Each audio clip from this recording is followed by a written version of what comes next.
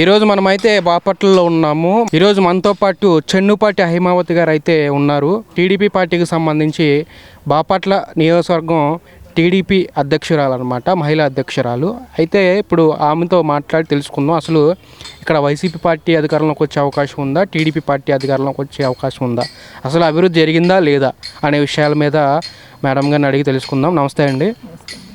బాపట్ల ప్రజలు వేగేసిన నరేంద్రవర్మ గారి వైపు ఉన్నారా, లేదంటే కోన రఘుపతి గారి వైపు ఉన్నారా? వేగేసిన నరేంద్రవర్మ గారి వైపే ఉన్నారండి బాపట్ల ప్రజలు. కోన రఘుపతి గారు ఏం చేశారండి? 5 సంవత్సరాలు అధికారంలోకి వచ్చారు, ఏమీ చేయలేదండి. ఆయన వల్ల ఏం ఉపయోగం లేదు. ఓట్లు అడిగి వేయించుకున్నారని చేశారు. ఇవాళ పెరిగిన రేట్లు చూడండి, ప్రతి ఒక్కటి రేట్లు పెరిగినాయి. అన్నీ డీజిల్ దగ్గర నుంచి పెట్రోల్ దగ్గర నుండి అన్నీ. పెట్రోల్ బంకులు ఆయన బంకులోనే పెట్రోల్ పోయించుకోవాలని వేరే వాళ్ళ బంకులు కూడా వదిలేశాడు ఆయన, చేయనీయలేదు ఎవరిని. అందరూ ఆయన బంకులోనే పెట్రోల్ పోయించుకోవాలి. టోటల్గా చెప్పాలంటే వైసీపీ వచ్చినాక ఏమీ జరగలేదండి.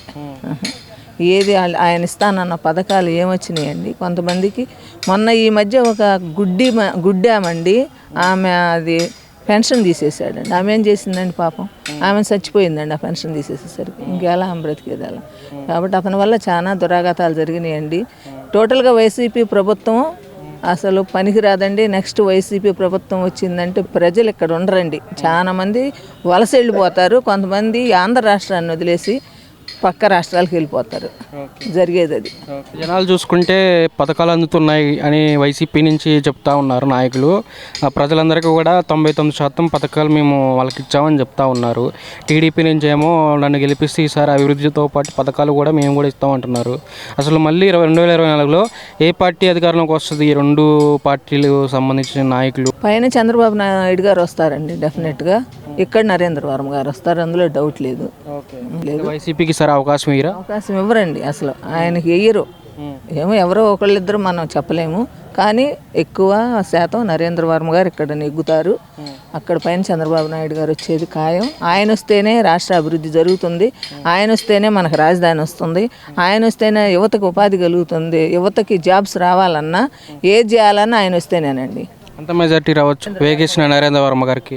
నా అనాలిసిస్ ప్రకారం నేను అంటే ఎక్కువ వస్తే రావచ్చు. నేను అనుకుంటున్న దాన్ని బట్టి 15,000 వరకు రావచ్చు అనుకుంటున్నాను నేను.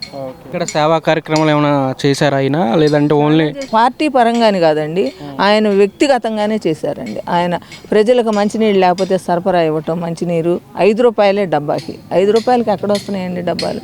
వాళ్ళు ఇచ్చే డ్రైవర్లకు సాలదు. మంచినీళ్ళు ఇస్తున్నారు, స్కూల్ పిల్లలకు బుక్స్ సరఫరాలు చేస్తున్నారు, దేవుడి గుళ్ళకు కావాలిస్తున్నారు, చర్చిలకు కావాలంటే ఇస్తున్నారు. ప్రతి ఒక్కదానికి అక్కడ మెరైన్లో 3,000 మందికో 4,000 మందికో జాబ్స్ ఇచ్చారు ఆయన. ఎవరైనా కష్టంలో ఉండి దగ్గరకు వస్తే ఆదుకునే మనిషే కానీ నో అని చెప్పేది లేదు. ఆయన ఇంతవరకు రాజకీయాల్లోకి రాలేదు, ఫస్ట్ టైం రాజకీయాల్లో.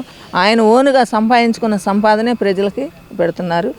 టోటల్గా చెప్పాలంటే వర్మ గారు వస్తే బాపట్ల అభివృద్ధి బాగా ఉంటుందండి. ఈ సేవా కార్యక్రమాలన్నీ కూడా ఓన్లీ గెలుపు కోసం, గెలుపు తర్వాత మళ్ళీ ప్రజలందరినీ పక్కన పెట్టే అవకాశం ఉంటుందా నరేంద్రవర్మ గారు? లేదండి, నరేంద్రవర్మ గారు గెలుపు కోసం కాదండి, ఆయన ప్రజల ఇబ్బందులు తీర్చారంటే. ఈ రోజు వచ్చారండి ఆయన రాజకీయంలోకి. మరి గత 10 సంవత్సరాల నుండి ఆయన చేస్తున్నారు కదా, మరి దానికి ఏం చెప్పుకోవాలా? అది గెలుపు కోసం అయినప్పుడు ఆయన అప్పుడు నిలబడలేదు కదా. లేదండి, ఆయన నరేంద్రవర్మ గారు మంచి వ్యక్తి. ఇప్పుడు వచ్చినా ఆయన సంపాదించుకోవడానికి రావట్లేదు, 10 మందికి ఉపాధి కల్పించడానికి వస్తున్నారు, మన బాపట్లని మంచిగా తయారు చేయడానికి వస్తున్నారు, ప్రజలకి ఉన్న కష్టాలను తీర్చడానికి వస్తున్నారు. అంతే తప్పితే ఆయన కోసం ఆయన రావటం లేదు. స్థానికంగా సమస్యలు ఏమున్నాయి? వైసీపీ వచ్చిన తర్వాత కూడా తీరని సమస్యలు ఇంకా ఉన్నాయి, పట్టించుకోవట్లేదు వైసీపీ అన్న ఏమన్నా ఉన్నాయా? రోడ్లు ఎక్కడ ఉన్నాయండి? రోడ్లు ఉన్నాయండి, ఎక్కడికి వెళ్ళినా పగిలిపోయి ఉన్నాయి. రోడ్లు బాగలేవు. ఆయన మరి జగనన్న కాలనీలు స్థలం అని ఇచ్చాడు, 1,80,000 అన్నాడు. ఎవరికి ఇచ్చాడండి 1,80,000? ఎవరికి ఇవ్వలేదు. ఆయన పట్టాలు మొన్న పట్టాలని పట్టాలు ఇచ్చాడు. ఏది కూడా ఆయన వల్ల కాలేదండి. చెప్పినవి ఒక్కటి కూడా ఇది అయింది, ఇది కాలేదు అనుకోవటానికి లేదు. ఏది ఒక్కటి కూడా కాలేదు. టోటల్గా చెప్పాలంటే నెక్స్ట్ సీఎం జగన్ వస్తే ఇక్కడ వాళ్ళు ఎవరు ఉండరు, వలసలు వెళ్ళిపోతారు, లేకపోతే భిక్ష ఎత్తుకోవాలండి. ఇంకా వచ్చి పెట్టుకొని భిక్ష ఎత్తుకోవాలి పరిస్థితి వస్తుంది. అది సీఎంగా జగన్ ఉన్నా అదే జరిగేది.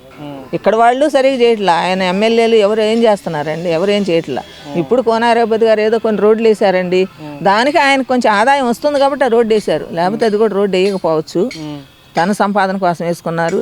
మరి ఇసుక అంతంత లోతుని 50 అడుగులు 60 అడుగుల లోతులు ఇసుక తవ్వి ఇసుకని అలా చేశారు. ఇసుక మీద ఎంత సంపాదించుకొని ఉంటారు. మరి ప్రజలు ఇల్లు కట్టుకోవడానికి ఇసుక అందుబాటులో లేదు, ఏదీ లేదు ఆయన వచ్చినాక.